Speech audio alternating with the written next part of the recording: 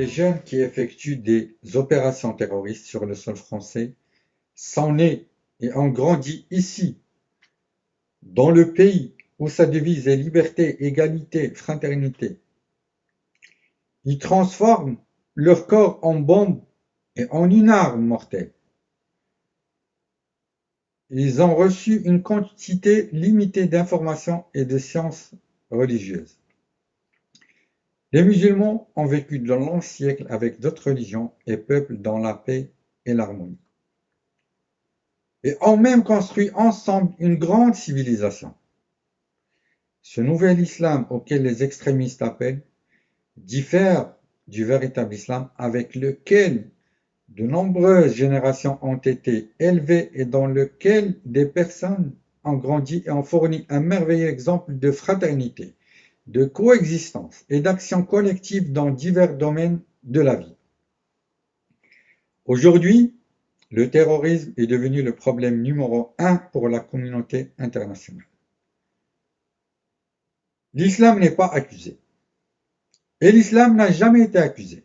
Si un musulman fait une erreur, il n'est pas juste de juger et de tenir l'islam responsable en tant que religion des simples erreurs de certains individus affiliés à cette religion. C'est une injustice.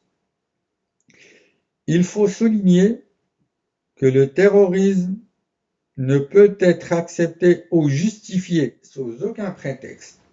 Le massacre de civils innocents est un acte inacceptable et condamné politiquement, moralement et socialement à tous les niveaux. Le combat n'est pas contre un ennemi connu et spécifique, mais plutôt face à un ennemi invisible, avec lequel on ne peut pas connaître le moment, le lieu ou le type de confrontation.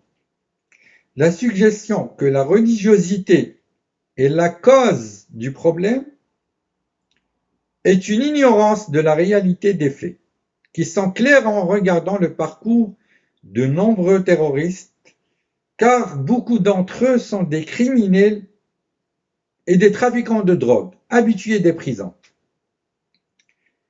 Il est nécessaire de créer des instituts et des centres de formation qui enseignent les sciences de l'islam aux musulmans et encadrer tout cela par le savoir et la connaissance. Quand nous parlons de l'islam, de quel islam parlons-nous? À l'intérieur des sociétés européennes, on remarque que l'islam est marqué par l'influence de différentes cultures et qu'il n'y a pas d'islam unique. Il y a plutôt des conflits autour des mosquées. Lutter militairement contre les groupes terroristes n'est pas une solution permanente, car l'idéologie qui a donné naissance à ces organisations continue d'injecter des idées qui poussent les jeunes à poursuivre l'extrémisme.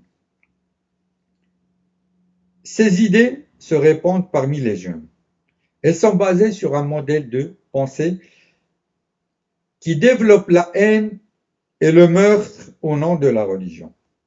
Ce qu'il faut faire, c'est présenter une idéologie opposée qui reconnaît l'autre et reconnaît le pluralisme et la diversité, et est basée sur un système de droits de l'homme et de valeurs humaines qui s'opposent à la discrimination, qui croit au partenariat, à la justice, à l'égalité et à la non-discrimination.